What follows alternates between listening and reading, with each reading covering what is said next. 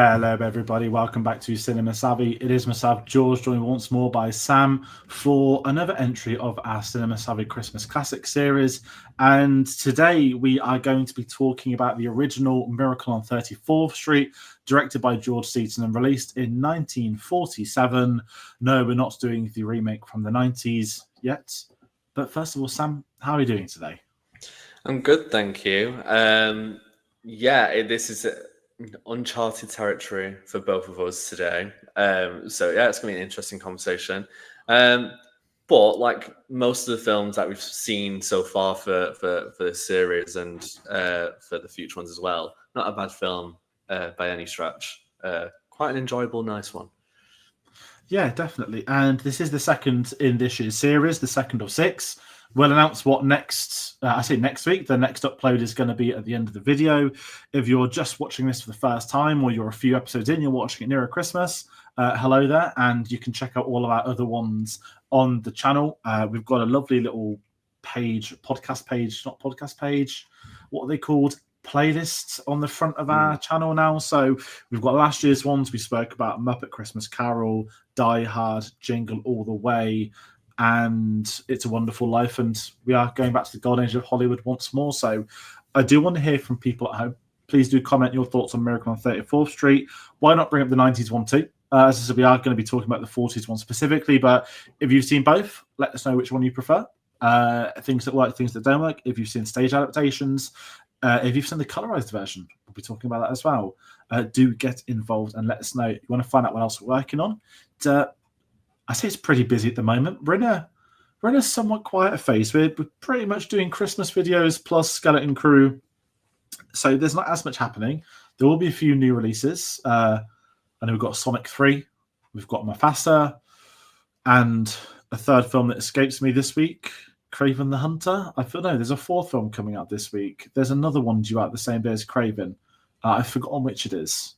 Friday the 13th. Apologies. There's been a fair amount of films. But I am going to be reviewing those when we get around to them. So do get involved. Linktree.com/cinemasavvy will pop you through to our Facebook, Twitter, Instagram, Letterboxd, and Blue Sky accounts. But as I mentioned, we are here talking Miracle on 34th Street. And Sam, kind of what we did last time, we're going to open with the letterbox synopsis. We'll keep them going. They are long, but this one's thankfully not as long as Home Alone. So, for those unfamiliar that might just be tuning in, this is the synopsis. Kris Kringle, seemingly the embodiment of Santa Claus, is asked to portray the jolly old fellow at Macy's following his performance in the Thanksgiving Day Parade. His portrayal is so complete that many begin to question if he truly is Santa Claus, while other questions his sanity. I kind of like that. It was a new watch for me, the 47 version. I believe you mentioned it was a new watch for you too. So I'm just going to jump in really and head over to you. Before talking about your experience watching it, what did you know and sort of your curiosity levels when we were talking about it? Very little is the answer. I was aware. It's another one of those where you're totally aware of this film. I've heard the name forever. I've seen stills from this version, and of course, the 90s Richard Attenborough version. That's probably the version where I've seen bits of it the most, but not enough to put together a complete picture of what this is. I knew it was surrounding Santa Claus, Father Christmas. I knew it was about that, but not much else. So I was not. It's not been a film that I've been like I desperately need to see. Hence why I've only seen this now for the first time this week. But it's one that I do think is important. I think this absolutely has a legacy as kind of one of the greatest Christmas films of all time. And I think looking at it, from a 2024 lens to a 1947 lens, post World War II, I can completely understand why people at the time would really gravitate towards it and really kind of find such, love from it. So I think, I didn't know much about it, but I think definitely going in, I knew that this would be kind of a positive, nice film to watch, as many Christmas films are. But I think definitely more interested in kind of the era in which it was brought out and kind of, why a film like this exists and why it works. Yeah, I'm kind of with you on that I I was aware of the 90s one. It was my nan's favourite sort of Christmas film, so it'd go on a lot when we were very little. And I'd never seen the 40s one, so that's what kind of led to us doing the 40s one. We're not doing the 90s one this year, but if it ever popped up, then it's... Has there been Christmas films that have been remade before that are this iconic? I'm sure...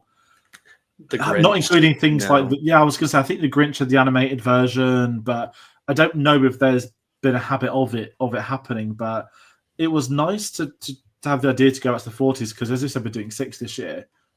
We did 4 last year. We get to do a Golden Age Hollywood. We've got one more, which we'll be doing on Christmas Eve, but we'll name that at a later date.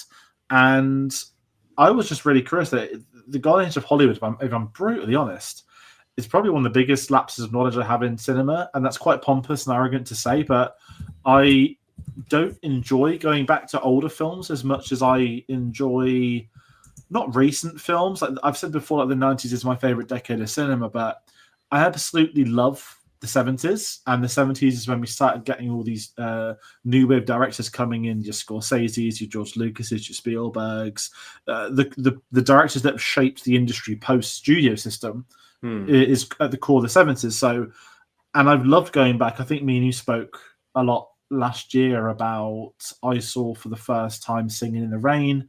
I was going for a lot of the 4K films.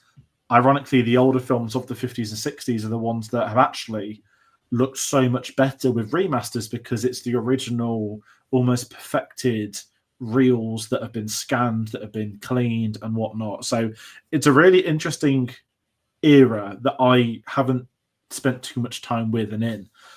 And this one, again, is someone that isn't massive on Christmas films. It was almost an open door. Like, yeah, I want to see this. Like, this is one I want to see. I want to speak about. I want to find out more about it. And I know I mentioned I'd seen the original 90s one.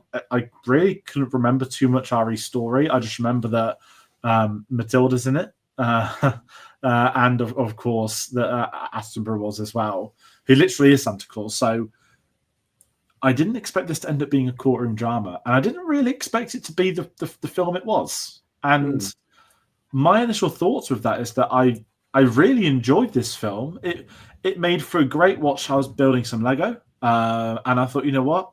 It's an hour and a half. Let's watch it now whilst I can. I've actually watched 4 Christmas films this week, which is very unlike me. I know. Then I was curious, neither two. We're not doing this right. I saw Violent Nights, and I saw Klaus, which is one that a lot of people have spoken about. But I really enjoyed it. It's not up there for me, or finished thought as something like It's a Wonderful Life on a first viewing last year, where I really got it and understood why everyone speaks about it in the way they do.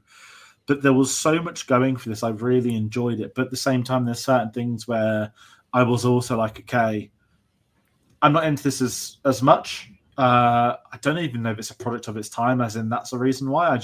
There were some things where I didn't particularly care too much, but I really enjoyed this. And at the core of enjoying this, it really comes down to obviously Kris Kringle himself, played by Edmund Gwenn, who won an Oscar. The only Oscar winner for playing Santa Claus, maybe. That's a great question. But yeah, that he was the heart and the core of the film for me. But what was your initial reaction before we actually talk about it a little bit more with what we've sort of thought? Yeah, I mean, I really want to kind of develop my kind of knowledge and enthusiasm, I guess, for the golden era of Hollywood. I think as a kid, I'd watched some. They were just kind of, it's like learning specific lessons, like, oh, you have to watch Singing in the Rain. That was just kind of a family film that I needed to watch as a kid, and there was several others that I'd had to watch too, and really enjoyed them. And I think definitely in recent years, I've kind of been like, I kind of want to watch more of them, which makes saying yes to a film like this really easy. Because I recently saw Sunset Boulevard, All About Eve, another film from this era, another Christmas film that George has already mentioned. We'll be reviewing discussing later on in the series. So I'm quite happy to kind of take a step back and kind of delve into a film like this. And I like to think that there's just maybe not innocence, maybe that's like the wrong word, but it feels like it's from a different time, and it allows me to escape a little bit more, because it's so far removed from the era that we're in. Whereas, films like from the 70s onwards, even though that era, is 50, 60 years like we're heading into now, it still feels in some ways somewhat modern. So I'm very happy to kind of go into, especially a black and white film, and just kind of go, let's just see what this does. What I was so surprised about in this film, and this goes to show that I had no knowledge. I had no idea that Maureen O'Hara was in it, and I had no idea that Natalie Wood was in it. And obviously, Natalie Wood is a very well-known actress, but I had no idea that she, was kind of the main child role in this as Susan. Had no idea about that. And Maureen O'Hara's had a great career, and I've only seen a few things that she was in, but this is probably one of the earliest things now that I've seen her in. My favorite film that she's in is The Parent Trap, the original one from '61. So it was just really surprising to see that. But as you said, George, Edmund Gwenn is the standout and the absolute heart, as he should be, of this film.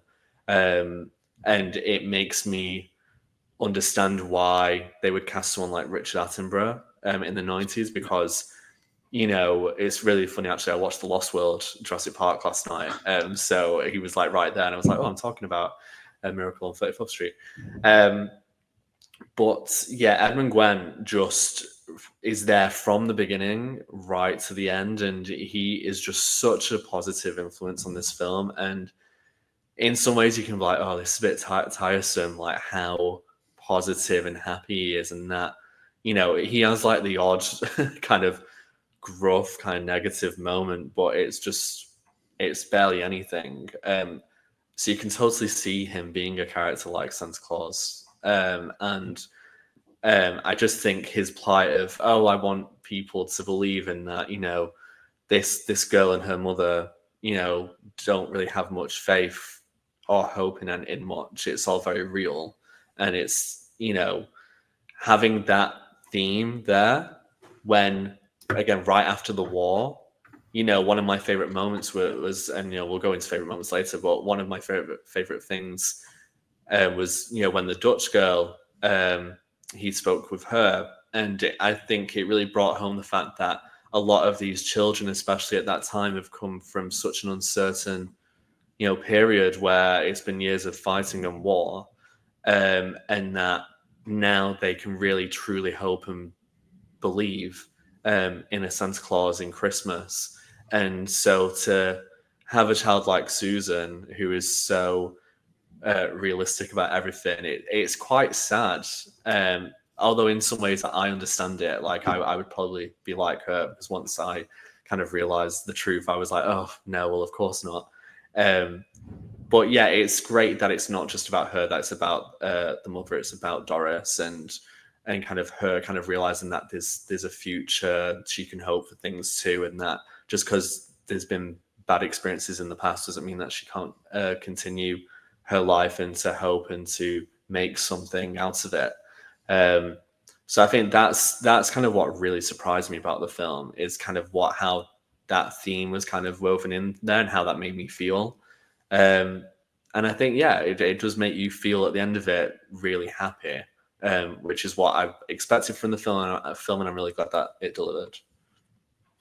Yeah, I'm glad you brought up the post-war stuff, because it's watching it in this day and age is obviously so much different to how it would have been back then. And even though we don't find out what happened to Susan's dads, it's almost implied he left them, or as what you said, he could have died in the war, which would have been very plausible again in the 40s. And I quite liked the idea that you have this, I don't want to call them stuck up, but as you said, the non-believers, who it's understandable for an adult who's professionally career driven, especially in the 40s, which, without this sounding sexist, it isn't really something that we've seen much media representation in that day and age. Certainly as time has evolved and outside of America, you look at those kind of conscious decisions with sort of women in storytelling, but seeing it in the 40s was quite different. And they even reference it within the film that people wouldn't believe you being a woman, blah, blah, blah. But seeing the daughter not believe in anything, and how it is Kris Kringle's goal to make the daughter believe, and in line of that, the mother, I quite enjoyed that, as that's the core story. It's just the innocence of childhood and the fact that this child hasn't really had a childhood. She doesn't even understand why people do impressions and play, and the scene of them in the mirror with each other being the monkey, and it's really interesting. I'm glad you brought up the Dutch girl as well, which was probably now the scene that goes viral every year is the 90s one, and I'm pretty sure they change it to be a deaf girl. So David Attenborough, no, Rich, I always get the Attenborough brothers mixed up. Rich Attenborough is doing sign language to the daughter, which is great. And I love the fact that in the 40s it would be different, that post-war, a European almost refugee from Holland who's made it to America isn't going to speak the same language. And I love that moment of him talking to her, and it's really wonderful. And it's that often with films, and there's a real charm to it. And where that went with the whole concept of the story is that he needs to prove to them in court, in theory, that he actually is Santa Claus. Even that made for a lot of fun, because I don't really know where I stand with that as a storyline. That it's a really unique concept. Granted, this is 47. That I don't think Christmas films have, we've had family dramas, we've had the fantasy illusions, but we've never really had it. Okay, bar like Santa Claus, the Tim Allen ones, but we never really had that cross realization of Santa into normal families, and it just kind of left me in that really sort of spirited mood with that. As far as the court case goes, a different time, I didn't really care for the court case things too much. But I did still enjoy the film, if that makes any sense. Like, it becomes a courtroom drama like 3/4 of the way into the film, which this sounds like a review. We're not sort of doing it as a review, but I really didn't care for Fred in the film, played by John Payne.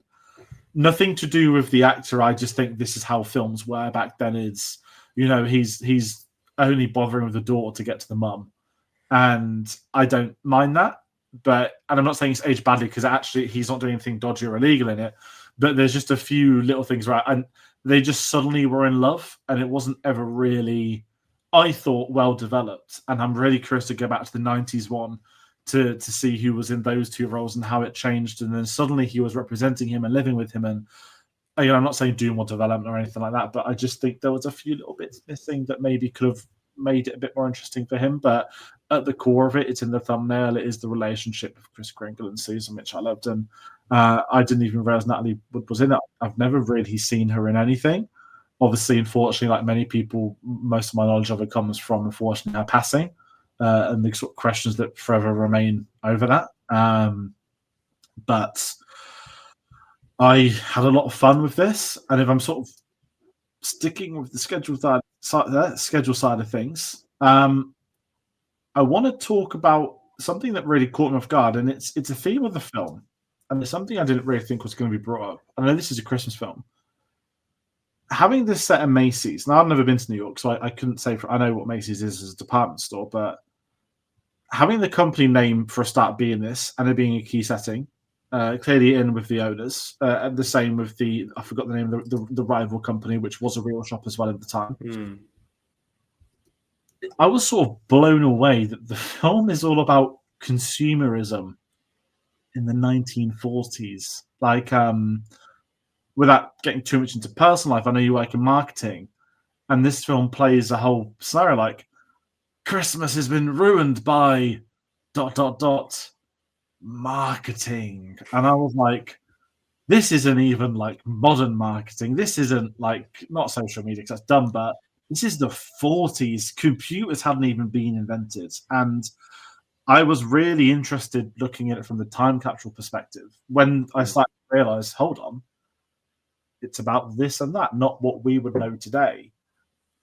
That really caught me off guard, and I really liked it. And I just kind of wanted to grab your thoughts on that. Not even as someone that works in marketing, just as I've never really seen those older films. But yeah, you get like Singing in the Rain, where it's the transitional film from no sound into sound, and I really like that evolution side of things. But this felt so different, and maybe it's because I haven't seen too many films from the 40s. Yeah, Potentially. I mean, I have been to Macy's in New York, and it's one of those places where you're just like, you're very well aware of its kind of stature because it's referenced all the time in American media. And it's like, if you're going to go shopping in New York, that's one of the places that you need to go. And it's massive inside as well. And so, I like kind of the main kind of lobby area where you have all kind of those kind of stalls at the bottom, and like those pop-ups there. That's all still there, obviously looking different, but that was kind of, it's exciting to see that in anything that I watch. That was like 12 years ago that I went there, and it was in February, but it was during a time when it was still cold and it did snow a bit in New York, so you kind of got a bit of a Christmas vibe, even though it was 2 months afterwards. But no, in terms of the consumerism angle, I think it's so interesting. I think the only thing that well, not the only thing, but I've seen and kind of spoken about consumerism with, a film like Fight Club, for example, and kind of that whole angle is just so different. And you compare the 40s to the mid to late 90s, and just the way that marketing and consumerism has changed so dramatically. Here, it's a lot about word of mouth and passing on that message. And I think that's what makes it, again, I mentioned the word innocent, and maybe it's not the right word, but it is the innocent time of, you're not just going to go and call someone up unless you kind of go to a payphone in the middle of New York or something. I think it's really interesting to kind of actively use the brands as well. I was reading into the other brand as well, because I had no idea about that brand, because that closed in the late 80s, I think. Kind of the main competitor. Gibbles or something like that, isn't it? It's something like that, yeah. But then also funny to find out that, they've created a character called Macy for this film, but he didn't exist. The original Macy was long since dead, but I think it was good to have that character in there.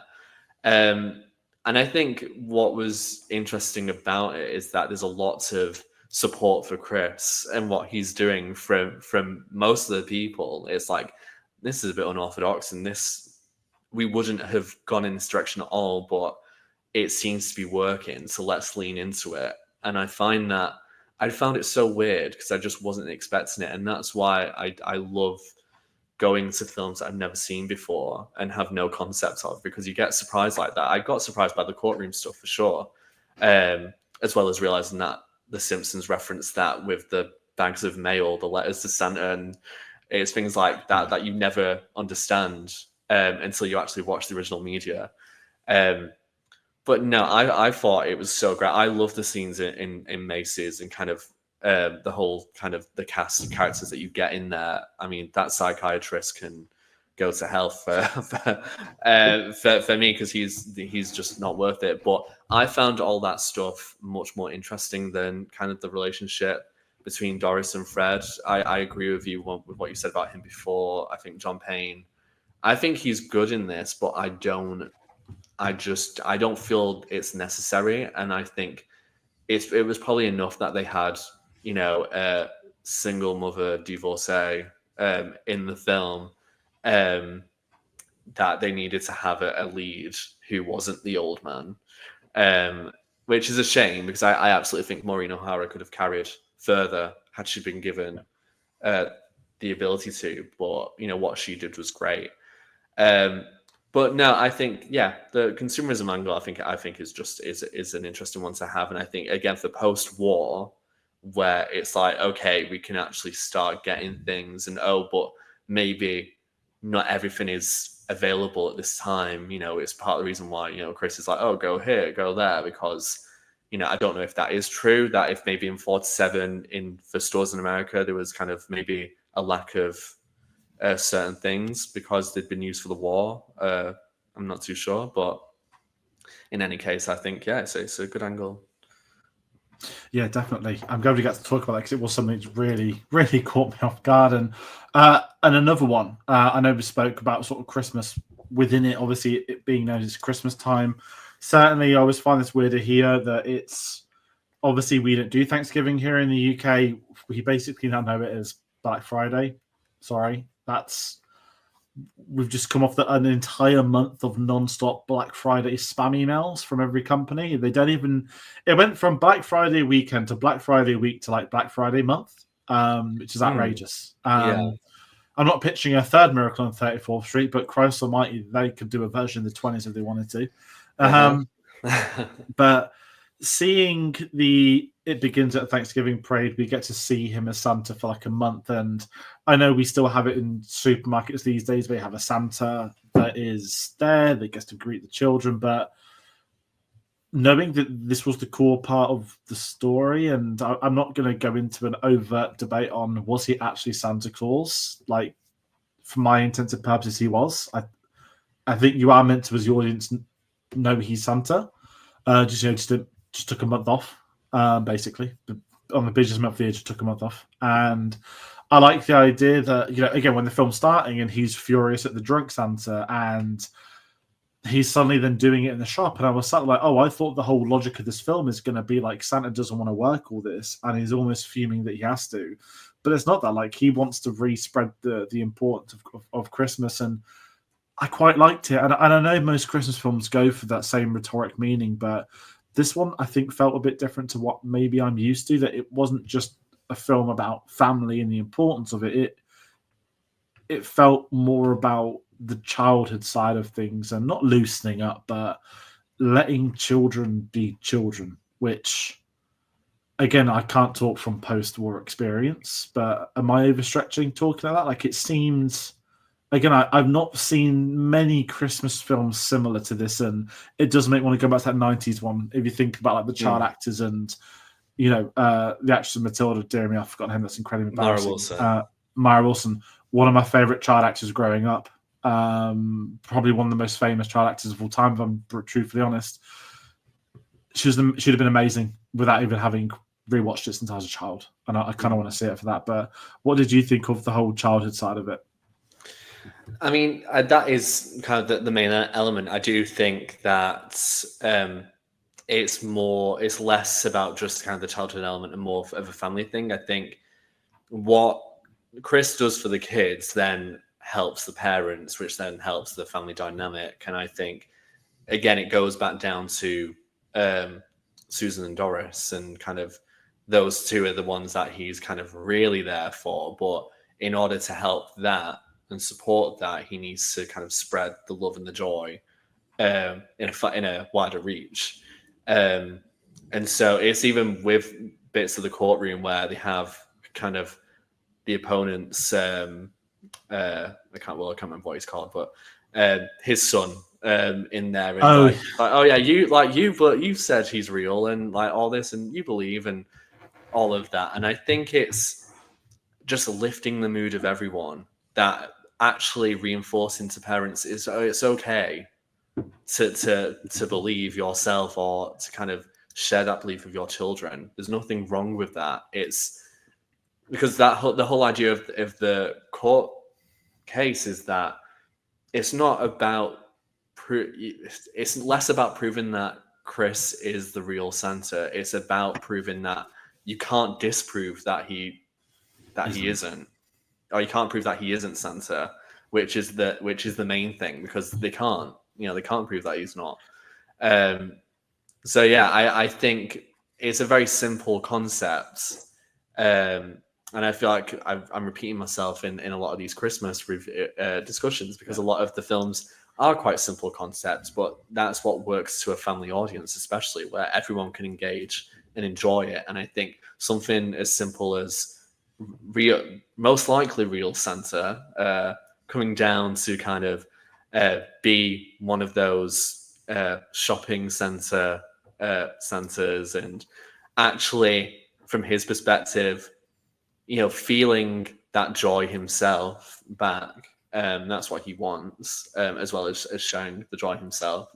And yeah, just making sure that everyone can actually enjoy the season and the holiday, which again, and we keep going back to it, but that added layer of post-war, I think, is what does it. If this was randomly in the 50s, like in the mid-50s, I'd be a bit like, yeah, it's good, but it doesn't have that added layer. So I think being so soon after that completely didn't change my perspective, but it definitely shifted it and made me go, okay, this makes sense, and oh, this makes sense, and that emotionally resonates with me more because of that, and the potential things that came out of the war now makes this so much more understandable as a viewer.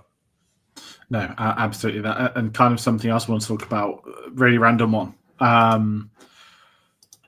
So I say schedule. We don't really have deep schedule seats. It's just more of us having a backhand chat. But there is a couple now. It's like, oh, I do want to bring this up. I want to bring that up. Until an hour ago, I didn't know this film was originally. Oh, sorry, I didn't know this film had been colorized. For anyone wants a bit of background, I've done all the thumbnails for everything we're going to do this year, and I try and take the original posters to then try and put them into like a, guys, posters are vertical. It's tricky to make them landscape to be a thumbnail, especially older posters where they weren't digital, where they were hand drawn. Best case, Dr. No, one of the hardest thumbnails I've ever done for the channel. Doing one stuff. This one, every time I was doing artwork, I was like, that looks a very weird picture of Santa. Like, why does it look so strange, the color? And I was like, I swear this is a black and white film. And then I eventually found the proper original poster, which is now thumbnail. And then I read today that this was one of the first ever films to be colorized and re-released in I believe, the 80s, which is really throwing me off guard. And I know you mentioned you saw it in black and white, so I have to ask you awkwardly halfway through a video, did you watch this in color or black and white? Because that makes me look terribly unprepared. But that explains a lot of my behind the scenes tribago of trying to figure out where's the old posters at, why is everything the same format now. But I'll be really honest, this sounds incredibly old school. I don't care for films that have been recolorized. Yet photography, I love seeing recolorized photos from back in the day. Not at its core, but I'm always intrigued by them. And you have professionals that do it for a living who look incredible doing it for a living. And you get really haunting ones, sorry to go down a notch from Christmas, but when you see like colorized Holocaust photos, they look not like it looks more real because it's real anyway, but it adds a different dimension when you see colorized footage versus black and white, especially on historic events is probably the better term for that. And knowing this film has been colorized, it probably looks beautiful. Don't know how it looks. I've not seen it colorized, but it just really caught me off guard that I know there was a time where you see like old, like World Cup 66 is a big one in the country that got recolorized many years later. Again, it's a technological advancement, but would this appeal to you in color? It's a really stupid thing to bring up, but I do want to actually, and to the comments, anyone watching, I do want to know if you've seen this in color because I quite like it's black and white, and maybe that's just me being weird knowing it's a product of its time. Yeah. But a part of me would be curious one day to see it in color, but I don't know if that would enhance this film.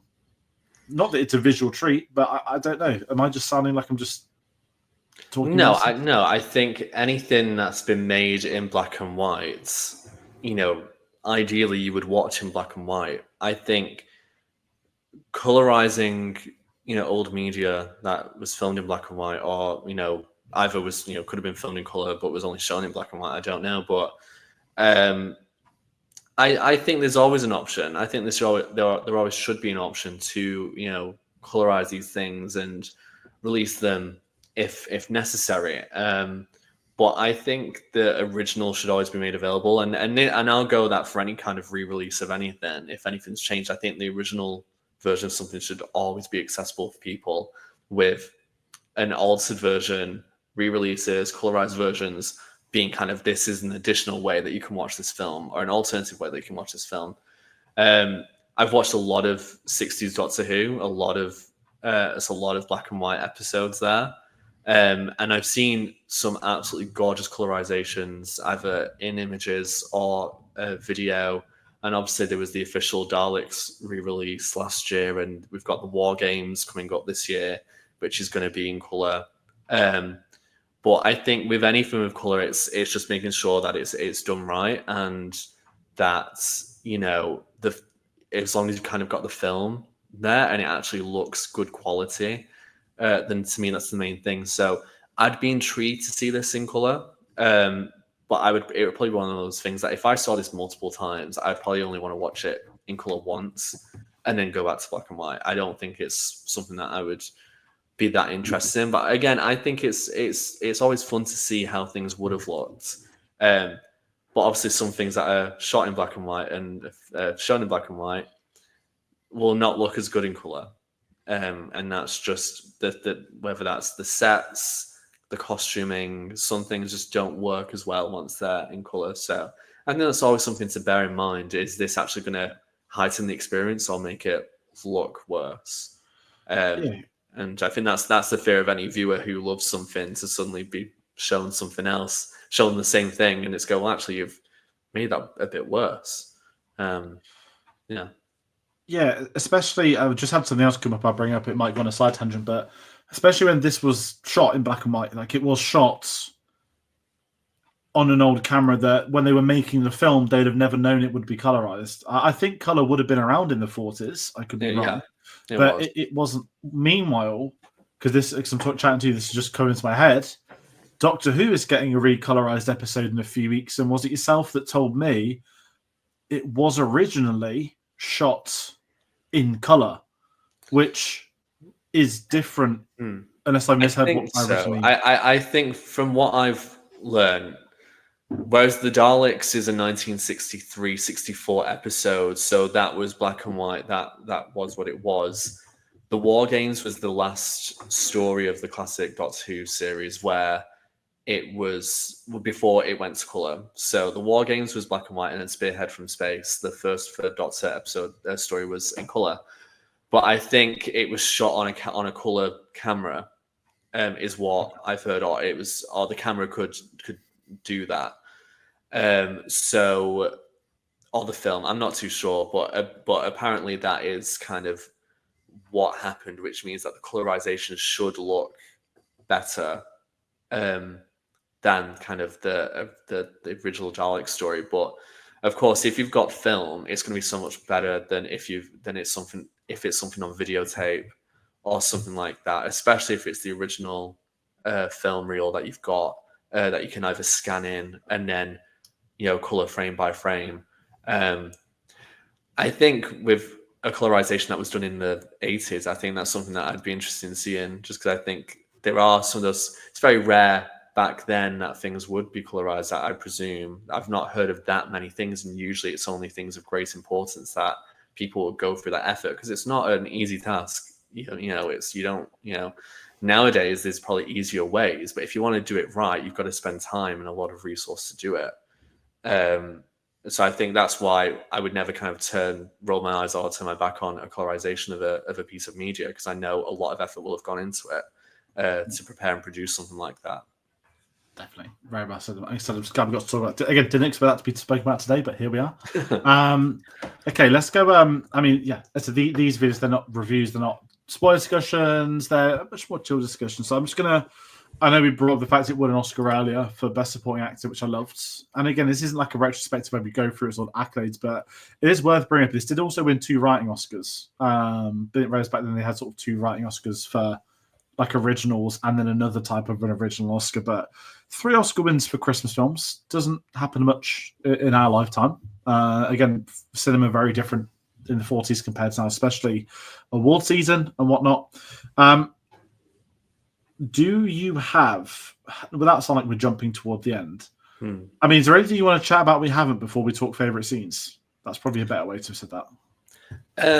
I mean, one of the things that I would say anyway is that, you mentioned the length of this film, and I think, 96 minutes is such a solid runtime for a film, and I kind of wish more films would do this. I think it doesn't feel like the film goes on. It feels maybe some things could have been cut, or I would maybe want to see more. So again, the development of the relationship to kind of make that feel more natural, between Fred and Doris. But I think it made for a really easy watch. And I think during Christmas, it's a very busy time. So for a Christmas film, I would realistically only want to spend, 90 minutes, 2 hours, in general on a film, unless I was truly engrossed in love of a film. And that's why some of these classic films, you can go from a 90-minute film to a 3-hour epic or something. But no, I did just want to bring that up just because it made for the viewing experience a bit better. And as I mentioned, it makes watching a film like this, it makes references make sense. So I mentioned, I think it's the episode of The Simpsons, New Kid on the Block, where it's the court case in that, and then it's like bringing the letters, and then it's like, oh, that's for Kris Kringle in the next room. And it's things like that I had no idea about. I didn't know the reference to that. And then actually, funnily enough, I watched an episode of The Simpsons earlier, and it was when Ned is about to lose everything, and the ending of that is very much It's a Wonderful Life. And it's things like that, which is kind of, you watch these classic films and it makes so many things that you've grown up with actually make so much more sense. And it's like, they're referencing something because it's too random not to be, especially for a show like The Simpsons. So yeah, that's just something that I wanted to bring up, because I think for anyone who's not seen this film before, or not seen any of these kind of more classic films, part of the joy of watching them is realizing how much they stem and go into other pieces of media that you will have seen, and it just triggers something. Go, oh, of course. And that's part of the fun of this as well. So I just always keep that in mind whenever you're watching a film that's not from the modern era, at least anyway. No, I'm with you on that. Some of these taken into account. If I'm going to go, I mean, that's not favourite scenes I can count down, but I can't not think about the scene with the Dutch girl. Yeah. Only because I think it's great. I don't know if it was accurately spoken in Dutch. I presume it probably is. But you never know with film if they just make up words, because, again, Hollywood had the habit of doing that for a lot of things. I haven't spoken about the ending. I've been really honest. I love the film. And I didn't care for the ending as nice as it is. And it does make them the happy family after all. They get to go out from... Maybe because I'm more of a city guy than a country. I know they're not even in the country, they're in New York, but when Susan paints the picture of the house, and this is her dream, and she says to Kris, "I'll only ever believe in you if I get the house." It's a harmless Christmas film. They're going to end up there at the end of it. I did love the inclusion of the cane in the window, and they just happened to be driving by it and they saw it. I like all of that. And it does make for a really nice ending, as you want from a Christmas film. You don't want anything doom and gloom like Infinity War. But the things that really sold me on the film was actually all the Kris Kringle parts in Macy's, which I didn't think it would. Just me being from, I just didn't know. And I think I was so caught off guard by the fact Macy's were allowing their name to be in this. I know they didn't allow it in the remake in the 90s. Apparently Macy's are very proud of this original 40s film. So when nothing to the remakes, they didn't believe it needed to be remade. Ironic timing with Live Aid. And apparently they, in the past, have had like a puppet show on their top floor at Christmas time, and they've had like Broadway actors playing the puppets reciting this film. So they're clearly proud of it as a store, but I just thought that was a really interesting tidbit. And I said I've enjoyed the store side of it, because it is that, hey, we're going to send you to our rivals. I've been in scenarios in the workplace where maybe when I'm younger, no one cares. You're a 16-year-old working a job. You're not a manager. But we would send people to other places that you're not meant to say. It's not even about decency or a company loyalty. It's just not being a prick.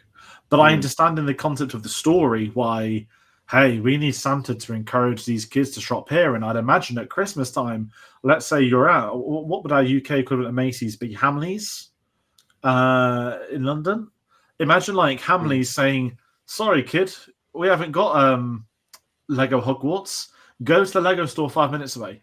Never would happen. No. But it should happen, but it wouldn't happen. Maybe Lego's a bit different. That's a terrible example because Lego's everywhere. But it'd be like, well, I can't even say Harrods anymore, can I? But it'd be like Hamleys shipping someone to Harrods when they're rival stores. But yeah, sorry to detract them. But yeah, favorite. That was my favorite scene. Really, was just with the Dutch girl on the chair. I loved that stuff, and I guess because it feels very American-y, and we don't really get that as adults, do we? No, we don't. I mean, that scene stands out. I think, again, it's just the fact that Kris is just so joyful and is doing what he can to make her feel comfortable when he knows she's not. is just such a lovely thing, and that is the thing that probably emotionally hit me the most in all of the film. And I think if a film can do that, then that means it's doing something right. I think the ending, as much as I kind of enjoyed it as kind of an, oh yes, like everyone gets like a happy ending, I would have liked to have seen Kris at the very end. I feel like it doesn't get kind of a full huzzah ending, which I would kind of want. You know, and I guess the Kane's there to kind of reflect kind of, you know, him, and that's fine. And that's, so I'm not like mad about it or anything, but you know, to me, he's the best, you know, element of this film, and I'm here for this character, and I want to see him at the very end. But to know what he's done for these people, you know, it's enough. I'm trying to think if there's anything else that really sticks out. I mean, I love the beginning where he's like, you know, he's judging the guy in the store for not having the reindeer set out correctly. He's having to go at the drunk guy, and you know, even though he's like doing these things, he's so charming in the way that he delivers his lines, and it's like, oh yes, I'm being like this, but it's for good reason because of blah blah blah. And yeah, I just think he's a lot of fun. And yeah, his interaction with some of the staff at Macy's, I can't remember what the younger guy is called. I The can't one do that's remember just what sweeping. Yeah, and I thought that was like kind of a really like a little sweet relationship there. And I think just kind of on a smaller note, when Doris and like her colleague are kind of brought up, and let's say, oh yes, I don't know which one of you did, but you know, this is really working, and you're going to get bonuses, and they're just like, didn't do anything. It's like, oh okay, like could you imagine like if that had happened, you expected an absolute bollocking, and that you could get fired, and then oh actually no, you're going to get bonuses, and it's like great. And I found that so funny, and I kind of wish that sort of stuff happened more in life. I think that's just a really fun thing. But yeah, aside from that, no, I think again the idea of kind of using, you know, the the US like postal, you know, service to kind of get all these letters, I think is just a really nice, smart thing, because of course you know that there's going to be all these letters to Santa which don't go anywhere. And yeah, I think the Simpsons reference has definitely helped make that scene stand out in the film for me. But yeah, just a nice thing, and a thing that ultimately draws the case to a close, because it's like, right, well, you know, here it is. So yeah, I don't think there's anything else from the film that really stands out to me as kind of being exceptional as a scene. I think it's all fairly consistent, and I don't want to have a go at Fred, the character, but his scenes. Well, good. I don't need them. They're probably he's the element that I need the least in this film, and it's sad because I know kind of at first I was like, what's he there for? But then obviously to help with the court case, I'm like, okay, I see that, but I don't think you needed his character to do that. And that's probably my main sticking point in this film is him, if I'm being brutally honest. No, I'm with you. He only really comes into it at the end, and it's the idea is, oh, he now believes, and he's gone hysterical, and he believed in this man over his work, and I get that, but it's so rushed, and that's like, yeah, it's the same as me. It's my only real complaint is actually how they handled him, but I get it. Okay, let's not like round off, but I want to talk final thoughts, because it's nice. Is this the first one we've done where neither of us have seen the film before? I think so, because I'd seen all of the films last year, I think, and you hadn't seen It's a Wonderful Life or Muppets. Yeah. So my final thoughts on a first viewing, I really enjoyed it. As I said earlier, I don't have many faults against it. I very much enjoyed it, but I don't have it in like the upper echelons. Or I know this series isn't determining what's the best Christmas film. Like, it's never been about that, and I'm sure there are channels that do that sort of thing. But we are looking at classic Christmas films, and this is rightfully up there. Certainly, for the Santa performance alone, would put it above so many others, which makes me again want to go back to that '94 version. But I had a lot of fun with it. especially so they didn't know what to expect. It sort of caught me off guard. And is it unfair to say I don't think too many people speak about this film anymore? Not in a rude way. We know it's a classic, but it's just not something I see often. Maybe it's because it's the 90s version, but I'm glad I've been able to see it and speak about it a little bit. I won't be like rushing back to go back to this one, not in a disrespectful way. Like I've been watching a lot more and more open-minded with Christmas stuff these days, but I can't imagine it having that Jingle the Way effect on me because they were important to me growing up. These are me watching films as adults, but I'd be very curious, younger generations seeing these kind of films for the first time at young ages. Yeah, I guess my final thoughts on the film.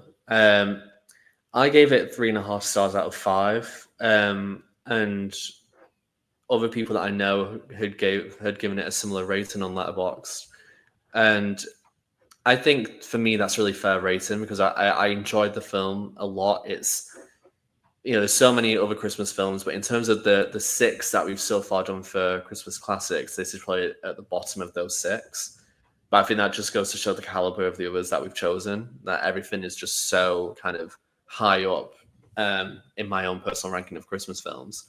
Again, I don't think there's anything super wrong with this film. I know I had a bit of a mini rant there about Fred Gailey, but aside from that, I really enjoyed what we had with this film. But I do think, George, you're right in terms of general populace nowadays, and I think audiences now probably don't know this film that well, and they probably know the 90s version more. I don't know how often this is shown on terrestrial television. I think this is one of those films where, unless you were brought up on it, you may not engage with it. You may find and watch it because it's on Disney Plus, and you will see Santa in it.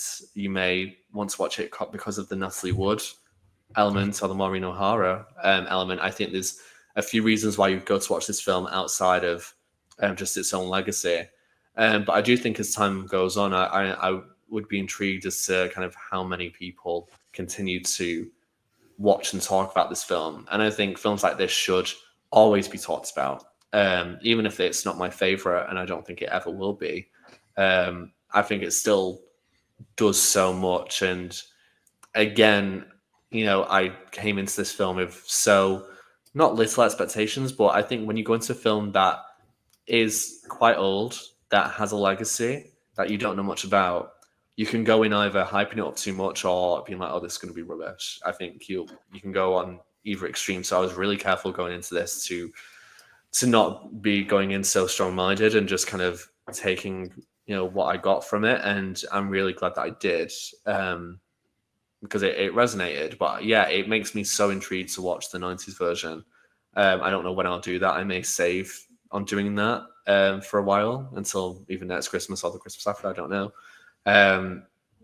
But yeah, I think as a story, as a concept, it's such a lovely one. And I think for that time, really effective, really works. That Macy's element in New York just adds so much. And what a lovely Edmund, Gwenn, what a lovely performance. Like one of the best performances of a Santa of Father Christmas that I've seen.